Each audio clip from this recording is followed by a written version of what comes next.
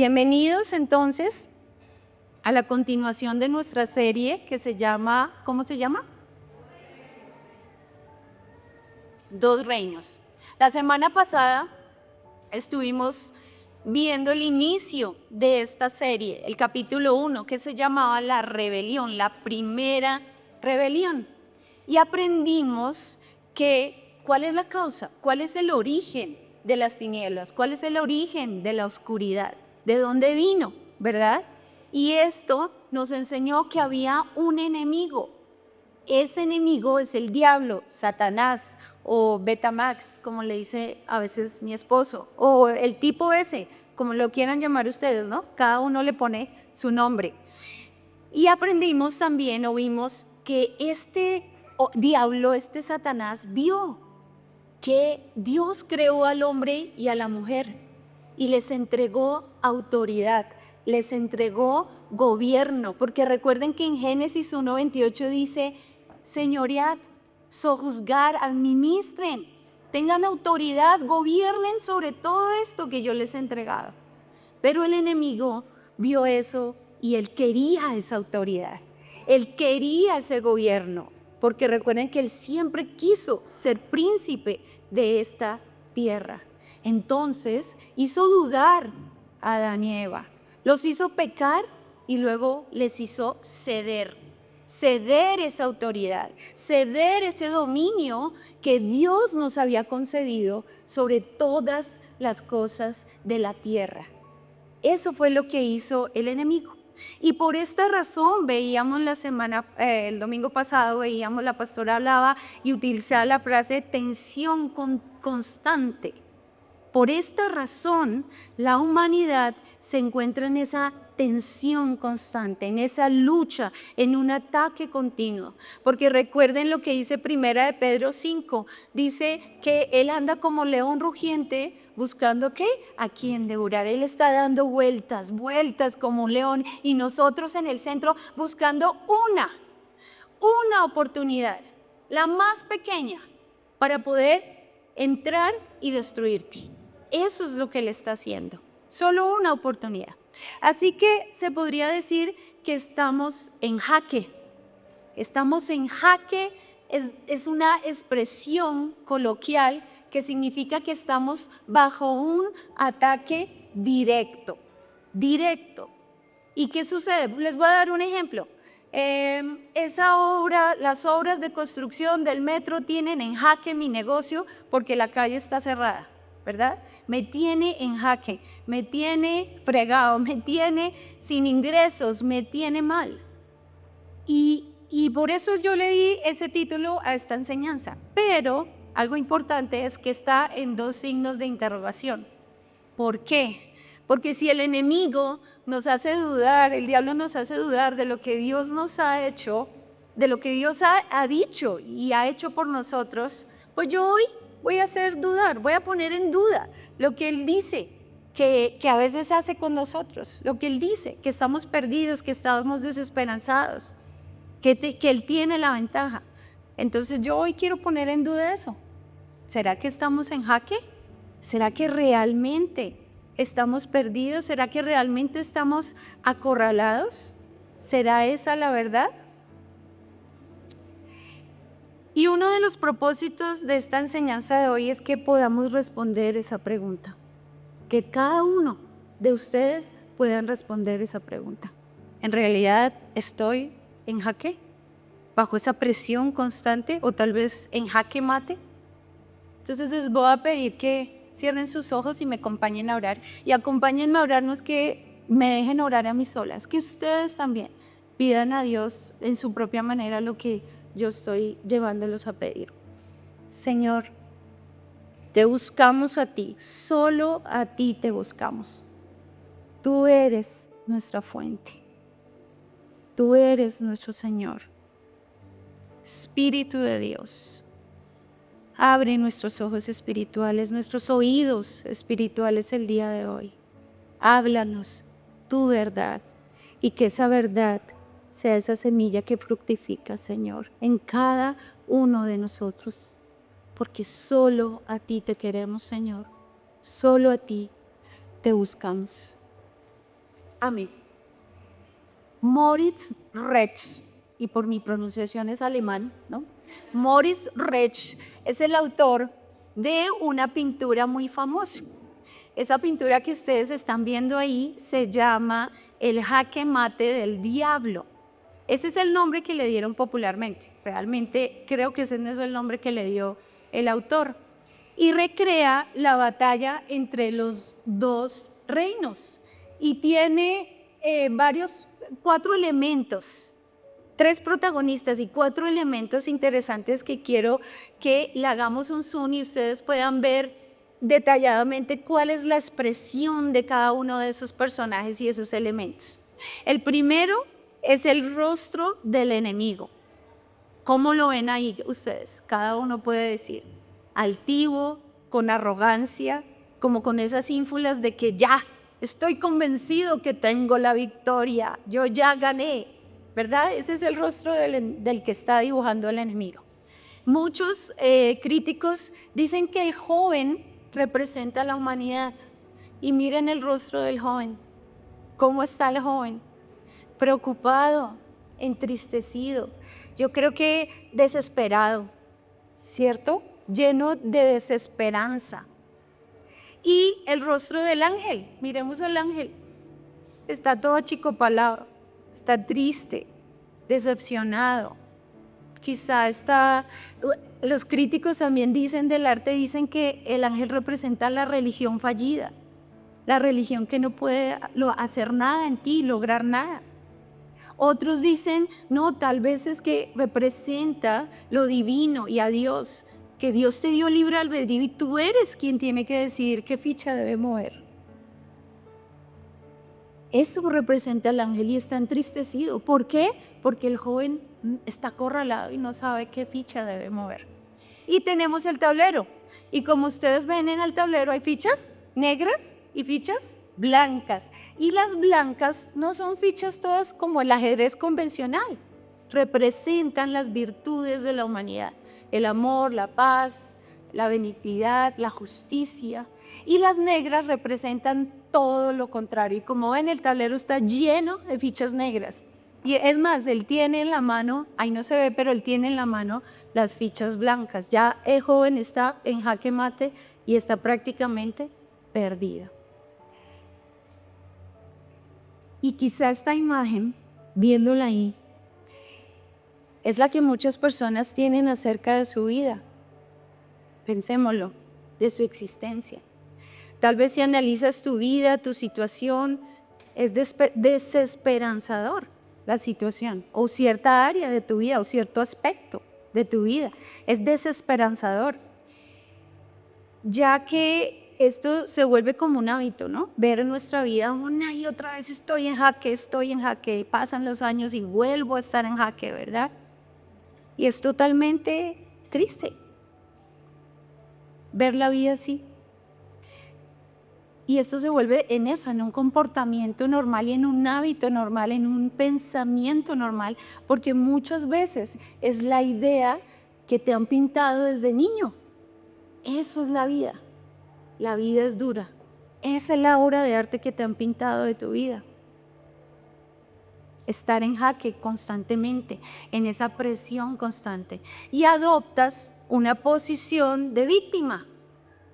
Una posición de que eres presa del devorador. Pero pregunto, ¿es esa la verdad? No.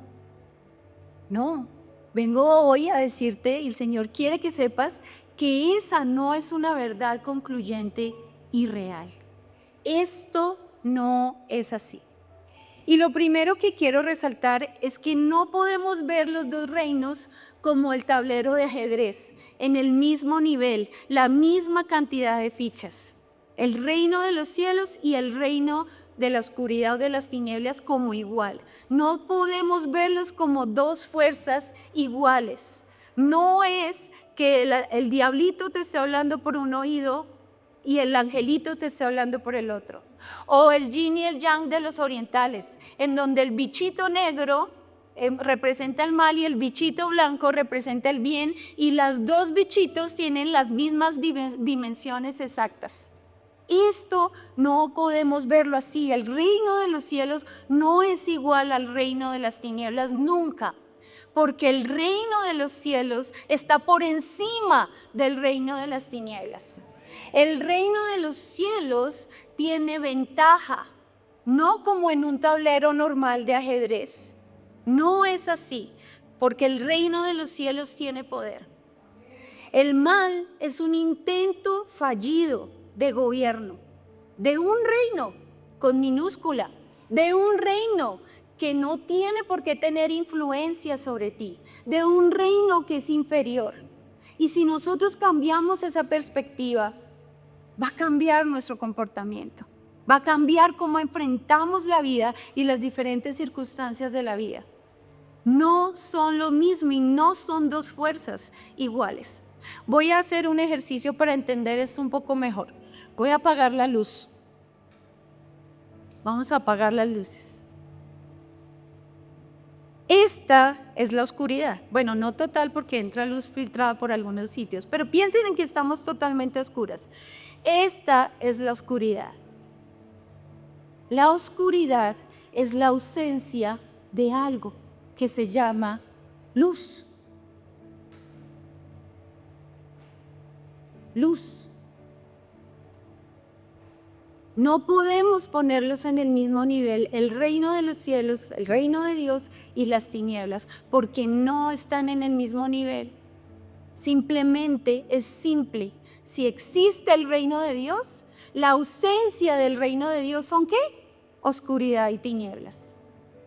Si existe el odio, es la ausencia ¿de qué? Del amor. Y si lo vemos así, eso cambia toda nuestra perspectiva. Es mucho más simple. El mal es la ausencia del bien. ¿Qué tiene que venir? La luz, el bien, la bondad. Todo aquello que existe porque Dios lo creó. Y simplemente la ausencia de eso es lo contrario, la oscuridad, la luz. Sin embargo, el enemigo nos quiere hacer creer que él tiene la ventaja y que está a la altura de Dios. Porque recuerden que eso era lo que él siempre había querido, ¿no? Siempre había querido ser como Dios. Y quiero que vayamos a Mateo 4:17. Y les voy a dar el contexto acá. Resulta que Jesús acaba de ser bautizado por Juan. Viene el Espíritu Santo y desciende sobre Jesús para prepararlo ¿para qué? Para su ministerio, para su llamado. Y viene el Espíritu Santo y le da poder. Y luego de eso va al desierto y el enemigo está ahí y quiere hacer lo que les dije, hacerlo dudar, hacerlo pecar y hacerlo ceder, ¿verdad? Pero Jesús no lo permite. ¿Por qué? Porque lo confronta y lo resiste con la verdad, que es la palabra. Entonces estamos en ese contexto y Jesús vuelve a Capernaum y allí empieza a predicar. Y dice el versículo 17, a partir de entonces Jesús comenzó a predicar: arrepiéntanse de sus pecados y vuelvan a Dios, porque el reino del cielo está cerca. Porque el reino de Dios, el reino del cielo y el reino de Dios es lo mismo. Otras versiones, o estar cerca, es la palabra en griego engizo, y significa, o explicado más profundamente, significa está a la mano. Y las versiones en otros idiomas dice porque el reino de Dios está a la mano. Es decir, está tan cerca que está al alcance de tu mano. Y Jesús no vino a predicar cómo ir al cielo, que es lo que a veces pensamos, ¿cierto? A mostrarles la salvación. Él vino a mostrar cómo el cielo viene a la tierra. No solo lo predicó, sino que lo mostró, dio ejemplos de lo que era el reino de Dios aquí en la tierra. No cómo haces tú para poder disfrutar el cielo cuando te mueras en la eternidad, no, sino cómo traemos eso ese cielo aquí, a este lugar, a la tierra donde nosotros estamos, nos movemos y vivimos. Entonces, ¿qué es el reino de Dios? Hay unas preguntas acá. ¿Qué es el reino de Dios? ¿Cómo experimentar el reino de Dios? ¿Qué implica ser ciudadano de ese reino? Vamos a ver primero qué es el reino de Dios. Y para eso vamos a ver qué no es. Muchos tienen una idea incompleta o errada de lo que el reino de los cielos significa.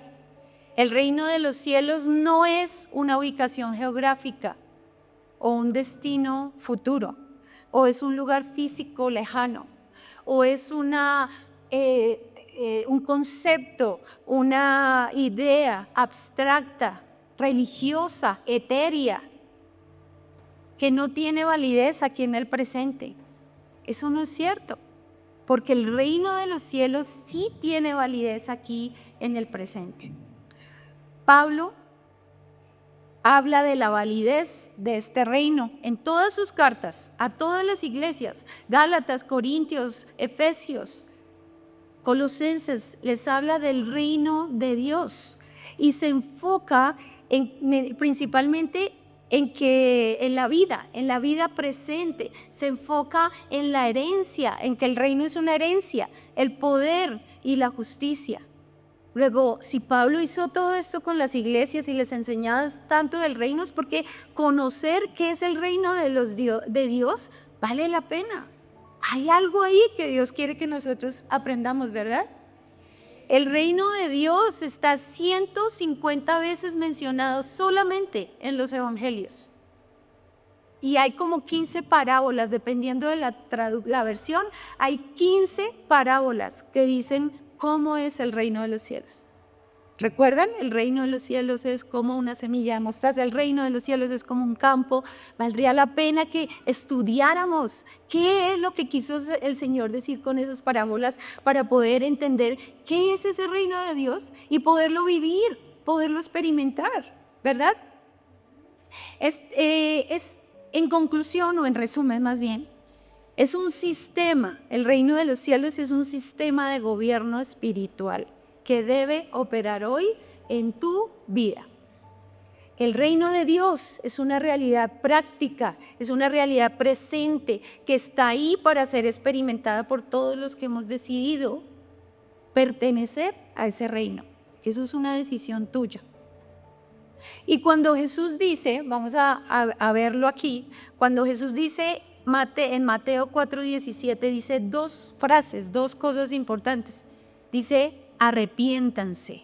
Lo primero que dice es arrepiéntanse de sus pecados. Y aquí ustedes ven la imagen de una llave, porque el arrepentimiento es la llave para poder disfrutar ese reino de los cielos. Tal vez tú dices, pero yo no veo que yo esté disfrutando eso. No lo veo reflejado en mi vida. El arrepentimiento, metanoia, es la llave para poder empezar a disfrutar ese reino de Dios. Dios odia la arrogancia, Dios odia la altivez, dice la palabra. Dios odia el corazón orgulloso, pero ama al humilde y le muestra su favor. Es así que arrepentirse es un acto de bajar la cabeza y decir, mi Señor, dispón tú en mi vida. Y el arrepentimiento no es una cosa que se dé solo una vez para tener la salvación. A veces tenemos que arrepentirnos. Yo viendo el otro día una serie que se llama Reyes, de toda la época de David, que me sentí confrontada con algo y tocó arrepentirme y decir, perdóname, Señor, así como decía David, perdóname, examina mi corazón. Porque no vemos a veces lo que hay en nosotros que tenemos que entregar. Entonces, tú dispones sobre mí, Señor. Esto es lo que le decimos a Él. Y la segunda parte dice, y vuelvan. ¿Por qué dice vuelvan a Dios? ¿Por qué no dice vengan? Piénsenlo. ¿Por qué no dice vengan a Dios? Dice vuelvan, porque uno dice vuelvan cuando uno ya ha estado en ese lugar, ¿cierto? Si uno no estaba ahí, pues uno no dice vuelvan, dice venga. Pero es que nosotros ya caminábamos con Dios, ya estábamos con Dios, ya íbamos caminando en una dirección. Y el pecado nos hizo dar ese giro de 180 grados y caminar en otra dirección. Por eso Jesús, su primera frase registrada para nosotros cuando empieza a predicar es arrepiéntanse y vuelvan. Vuelvan a dar ese giro de 180 grados para caminar en la dirección correcta, para volver a caminar con Dios. Dios ya los conocía, ya caminaba con ustedes. Y hay que dar ese giro de 180 grados. Implica un cambio de mentalidad. Juan 3:3, Jesús le decía a Nicodemo, y te aseguro, y de verdad, no vas a ver el reino de los cielos si no naces de nuevo. Necesitamos nacer de nuevo. Necesitamos que nuestro espíritu sea vivificado. Y hay algo que representa de una manera muy interesante esto. También tiene que ver con una serie que tal vez todos ya la han visto, se llama The Chosen, Los Elegidos. Está en varias plataformas y habla de toda la historia de Jesús. El reino de los cielos es una nueva dimensión de vida, es una realidad que transforma la existencia actual de los creyentes mientras se llega a esa redención total, ¿verdad? Y es una vida, una nueva dimensión de vida que choca con el sistema del mundo. Y en esta intro, ustedes la pueden buscar y verla porque es la intro de la serie y es muy interesante cómo se ve que Jesús, que es el primer pescadito azul, empieza a ir hacia otro lado, en contra de la dirección donde van los pescaditos grises. Y cómo pasa a ser con pescadito gris y ese pescadito gris inmediatamente se voltea 180 grados y empieza a seguir al pescadito azul.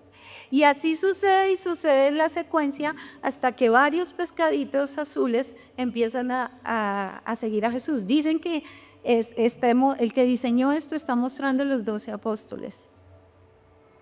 Y lo pueden buscar como intro de Chosen y lo pueden ver. No ahorita porque se me distraen, ¿no? Pero esta es la idea. Cuando nosotros damos ese giro de 180 grados, empezamos a chocar. ¿A chocar con qué? Con toda la corriente, con todo el sistema del mundo. Pero ¿saben qué nos hace aerodinámicos? ¿Saben qué nos hace aerodinámicos para poder fluir fácilmente y no chocar tanto con ese corriente? La verdad. La verdad nos da alas, la verdad nos da aerodinamismo, nos hace no tener ese roce para poder fluir tranquilamente en esa corriente, en ese estanque. La verdad, es lo que impulsa ese pez realmente. Es lo que hace que radicalmente él pueda dar el giro, la vuelta y estar oponiéndose o nadando en una dirección contraria a los conceptos del mundo. Porque fácilmente nos dejamos engañar, muy fácil nos dejamos meter en esa rueda, en esa corriente del mundo, pero ahí no está la verdad. Entonces yo creo que cada vez se hace más urgente que conocer la verdad, y más ahorita con todo lo de inteligencia artificial. Mi papá a veces me llama y me dice, Lili, ¿esto es cierto? Y me manda el enlace. Yo, no, papi, eso es inteligencia artificial, no le creas a eso, ten cuidado. Porque pasa, hasta uno mismo, hay cosas que están hechas muy bien y uno piensa que es verdad y resulta que no, que es una vil mentira. Entonces cada vez es más urgente conocer esa verdad. Esa batalla entre la verdad y la mentira es una batalla que es la más antigua del mundo.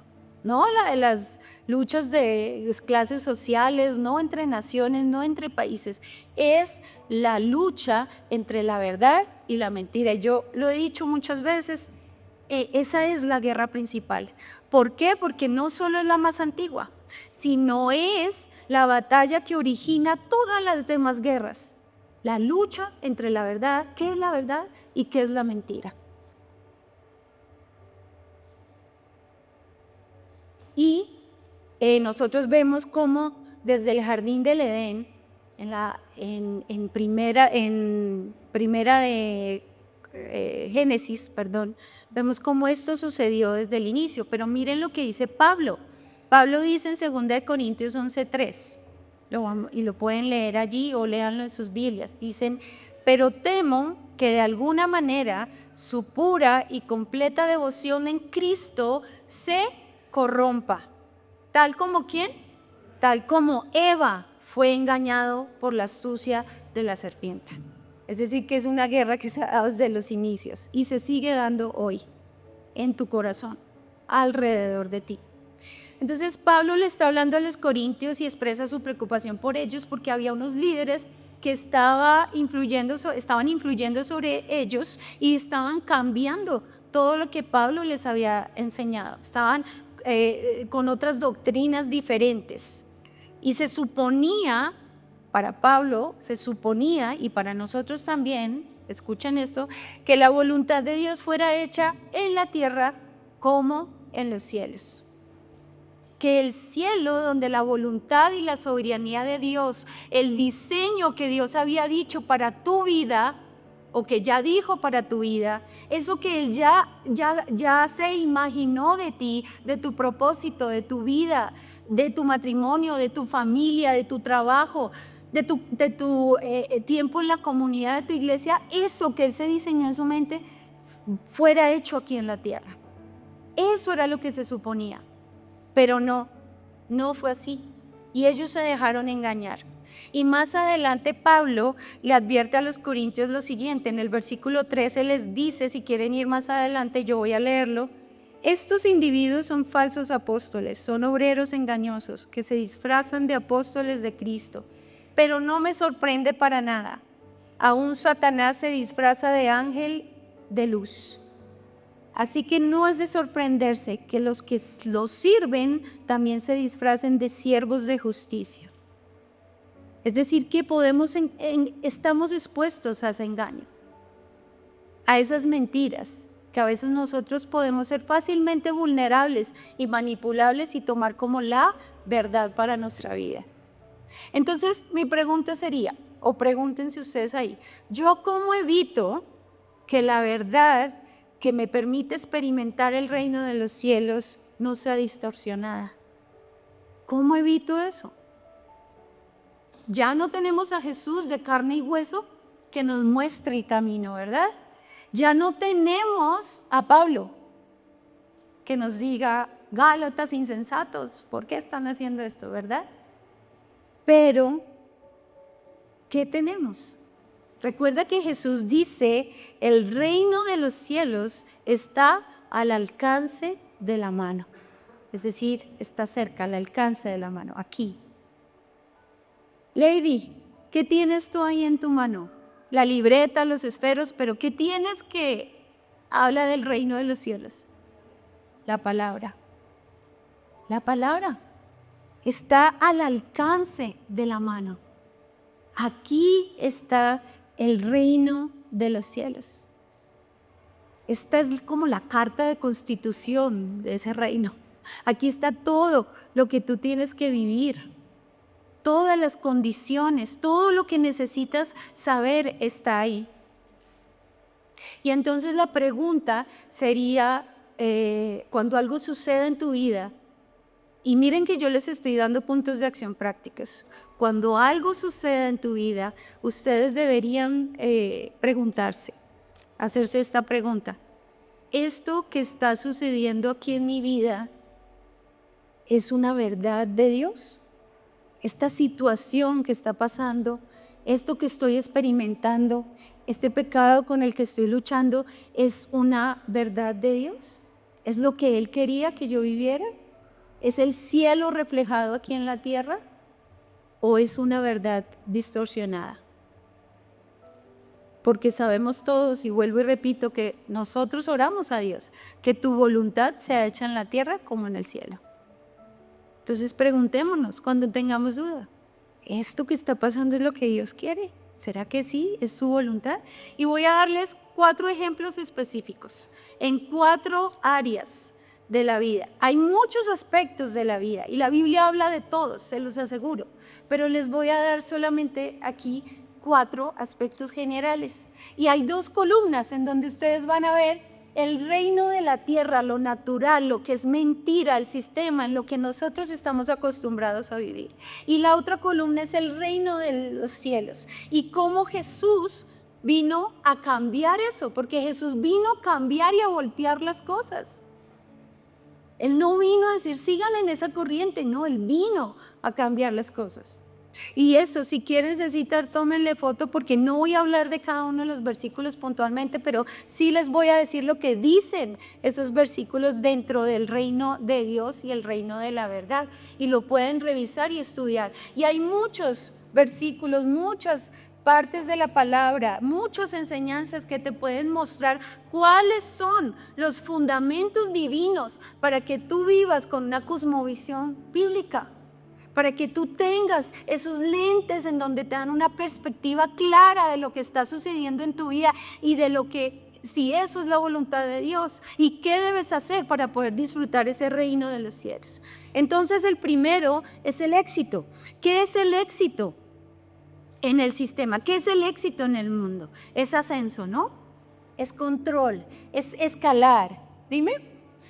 Es tener posiciones, es tener cargos, es subir una escalera, subir la escalera hasta llegar hasta la cima, ¿haciendo qué? Dejando atrás los demás. Sin importar qué tenga yo que hacer, yo llego arriba, yo llego a la cima. Eso es lo que el mundo te dice que hagas. Pero dice Jesús que Él vino a cambiar las cosas. Y en Marcos 10:43 dice, pero entre ustedes será diferente. Entre ustedes será diferente porque el que quiera ser líder tiene que servir primero. Entonces Él nos dice que el éxito es servicio, que el éxito es bajar esa escalera. Es más, Jesús bajó la escalera, descendió y dice la palabra que se hizo uno de quién, de nosotros. Se hizo uno como nosotros. Él descendió. Y cumplió su propósito. Para mucha gente, Jesús fracasó, ¿verdad? Pero porque fue un mártir más. Pero Jesús tuvo éxito. ¿Saben por qué? Porque cumplió su propósito. No hay, escuché esta frase buenísima, no hay, ¿cómo era que decía? No hay peor fracaso que estar haciendo lo que Dios no te ha llamado a hacer, que estar fuera de la voluntad de Dios. El éxito, Dios lo ve como servicio. Jesús lo mostró como a servir a los demás y ya a cumplir ese propósito al cual Dios te ha llamado. Eso significa éxito. La belleza es desde afuera, ¿no? El mundo nos muestra, es los filtros, como me veo bien, estoy bien, las apariencias. Eso es la belleza, pero Jesús nos dice, y esto, aquí el versículo que yo uso, pero hay muchos, es cuando Dios le dice a Samuel, yo miro el corazón, y estaban escogiendo a David. Él mira el corazón. Es decir, que la belleza es desde el interior y del interior va hacia afuera. Yo lo he dicho, lo menciono varias veces, de pronto los que me han escuchado, no hay mejor crema rejuvenecedora, no hay mejor crema antiarrugas que estar en la presencia de Dios. No hay mejor lifting de piel que pasar horas con Él. Sales estiradito, sale la piel suavecita, bonita. Sales más joven. Esa es la belleza para Dios, la que va adentro y se refleja hacia afuera. Dinero para el sistema, para el mundo es dominio, es seguridad, es acumular, es tener, pero Jesús vino a voltear esa verdad. Y Él no vino a decir, oigan, el dinero es malo, no usen dinero, no compren nada, no paguen impuestos, no. Él lo que dijo es que el dinero es un recurso, o muestra la palabra, que el dinero es un recurso para tu bienestar. El dinero no te va a dar seguridad, porque el único que te da la seguridad es Dios mismo, es confiar en Jesucristo. El dinero no te va a dar eso, pero el dinero sirve para que tú estés bien, porque es la voluntad de Dios que tú estés bien. Y también para extender su reino, para ayudar a otros. Dios quiere que tú tengas dinero, pero que seas buen mayordomo, que seas buen administrador, para que donde Dios te diga, mire, necesito allí, tú vayas y digas, listo, aquí está, yo allí. No, que es que allá, entonces vayas tú y sí, listo, yo allá. Eso es lo que quiere Dios. Para eso quiere Dios que tú tengas riquezas, no para tu egoísmo, no para ti mismo. Recuerden que Él dice, Dios da semilla, pan para comer y semilla al que siembra. Si tú siembras y Él sabe que tú lo haces, Él te va a seguir proveyendo ese dinero y te va a seguir proveyendo los recursos necesarios para dos cosas, que tú estés bien, pero que su reino se expanda, que tú sigas ayudando.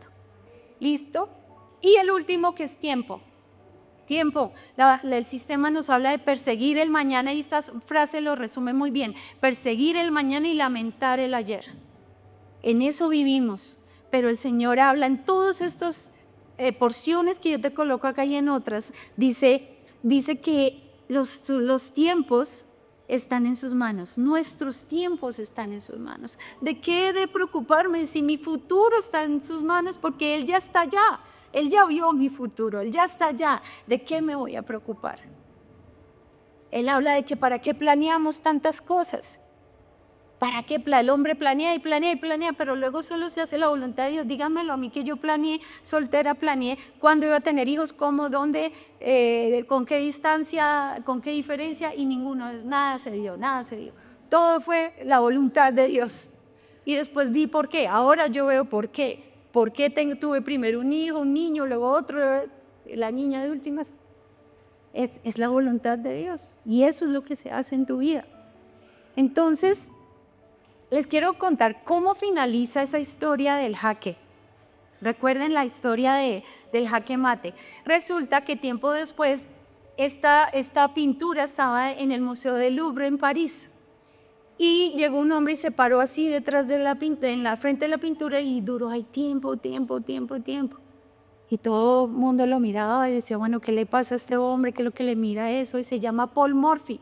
Y resulta que él es uno de los campeones de ajedrez mundiales, ya en el siglo XIX, eso sucedió.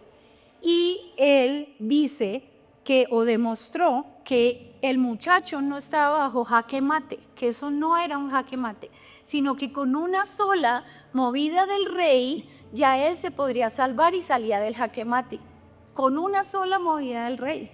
Entonces yo me emocioné, porque me pareció lindo esto. Entonces yo dije, una sola movida del rey, wow. Y empecé a investigar y encontré artículos donde decía que esto es una leyenda, que no es cierto, que es una leyenda y que eso realmente no sucedió. Paul Morphy sí existió, pero no hay una jugada que lo saque del jaque mate. Mientras que encontré otros artículos que decían que sí, que algunos ajedrecistas dicen que sí hay una jugada.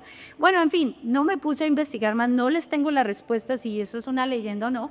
Pero digamos que no me interesa saberlo, porque lo que puede ser una leyenda ahí no es una leyenda para nosotros. No es un mito para nosotros. Tú puedes mover al rey. O sea, tú puedes tomar la decisión. El rey ya se movió. Para nosotros los creyentes, el rey ya se movió. El rey ya se movió una casilla delante de ti. Tomó tu lugar y se movió acá. Y enfrentó la muerte. ¿Para qué? Para limpiarte del pecado, para poderte dar y entregar el reino de Dios que tú podrías disfrutar aquí y ahora. Amén. Así es. Dios ya ha ganado la victoria, Dios ya ganó la partida. Él la ganó por ti, la partida está ganada. Y si has creído en esta verdad, tú ya eres ciudadano del cielo. Ya lo eres. Entonces, la pregunta acá sería, pues si yo te estoy diciendo todo esto, ¿realmente tú vives como ciudadano del cielo? Hazte la pregunta ahí. ¿Vivo como ciudadana del reino de los cielos? ¿Puedes decir que experimentas todo lo que aquí en la palabra se ha decretado para ti? O tal vez experimentas una idea incompleta o distorsionada de lo que Dios te ha dejado. ¿Son los principios del reino tu norte y tu brújula? ¿Es así? ¿Son tus principios? ¿Los has hecho tuyos? ¿Los has implementado en tu vida? Ahora, piensen en esto. Imagínense que llegamos aquí un domingo a la bodega y está todo oscuro. Y llegan José y Doris y su equipo y empiezan a prender los instrumentos. Pero dicen, no, nada prende, nada funciona, no hay luz. Y resulta que alguien dice, ay, no, eso es de Codensa. Codensa es la empresa, la empresa de energía. ¿Enel no es Codensa? Era hace rato Codensa, bueno, sí, en mis tiempos. Listo, Enel. Eso es de Enel, es el colmo, no hay luz. ¿Cómo vamos a hacer para prender los equipos? No hay luz, no vemos nada. Y de pronto otro grupo dice, no, vámonos para allá a orar. Yo estaría en ese grupo, vamos a orar. Enel trae la luz, luz se haga, luz sea hecha, venga la electricidad, venga, Enel, un milagro, trae la luz. Y de repente otros dicen, no, llamemos al presidente de Enel, llamemos, o bueno, escribámosle una carta o algo, no, llamémoslo, y llaman al presidente de Enel. Y le dicen, mire, es que no nos llega la luz, no hay luz, no podemos prender los equipos, nada, por favor, venga y nos prende la luz. Y llega y le dice el presidente de Enel, discúlpeme señor, ¿ustedes subieron los tacos? ¿Ustedes prendieron el switch? Y se queda entonces como, y va uno y dice, ay no, ya voy a subir los tacos. Y hubo luz. Por más de que tú ores y digas que se haga esto en mi vida, Señor, por favor, tráelo.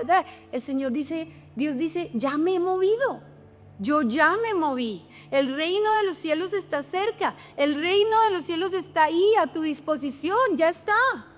No te quejes conmigo. No es mi culpa, no es mi responsabilidad. No me eches toda el agua sucia a mí, dice Dios. No.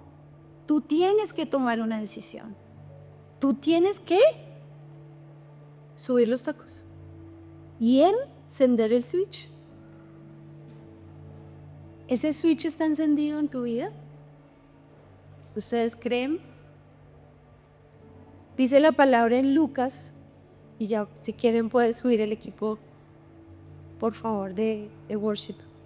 En Lucas 11:13, rápidamente, si quieren buscarlo, Jesús dice, si ustedes son malos y les dan buenos regalos a sus hijos, mucho más su Padre que está en el cielo les dará el Espíritu Santo. Estaba hablando del reino de los cielos. El reino de los cielos es un paquete completo que viene con el poder del Espíritu Santo para que tú puedas sobrellevar todo lo que sucede en tu vida, no como derrotado, sino como victorioso en Cristo Jesús. Y dice el Señor esto en Lucas para enseñarnos algo. ¿Quiénes son padres acá? ¿Ustedes les han dado alguna vez un regalo valioso, no digo costoso, valioso a sus hijos, que les cueste esfuerzo? O tíos o abuelos, imagínense que ustedes dan un regalo que es muy valioso, que les costó dinero, pero también esfuerzo, tiempo, y les da ese regalo a su hijo. Imagínense que ese hijo dice, lo deja a un lado, no lo usa, de pronto ni lo destapa, o lo destapa pero de pronto lo ojea y luego ya lo deja abandonado. ¿Qué sentirían ustedes? ¿Qué sentirían ustedes si eso les ha costado mucho? Tristeza, dolor, decepción. ¿Saben? Yo creo que una de las cosas que más decepciona a Dios es que lo entregó todo. Él lo dio todo para que tú y yo pudiéramos disfrutar ese reino de los cielos, pudiéramos experimentar ese reino de los cielos. Y no lo hacemos.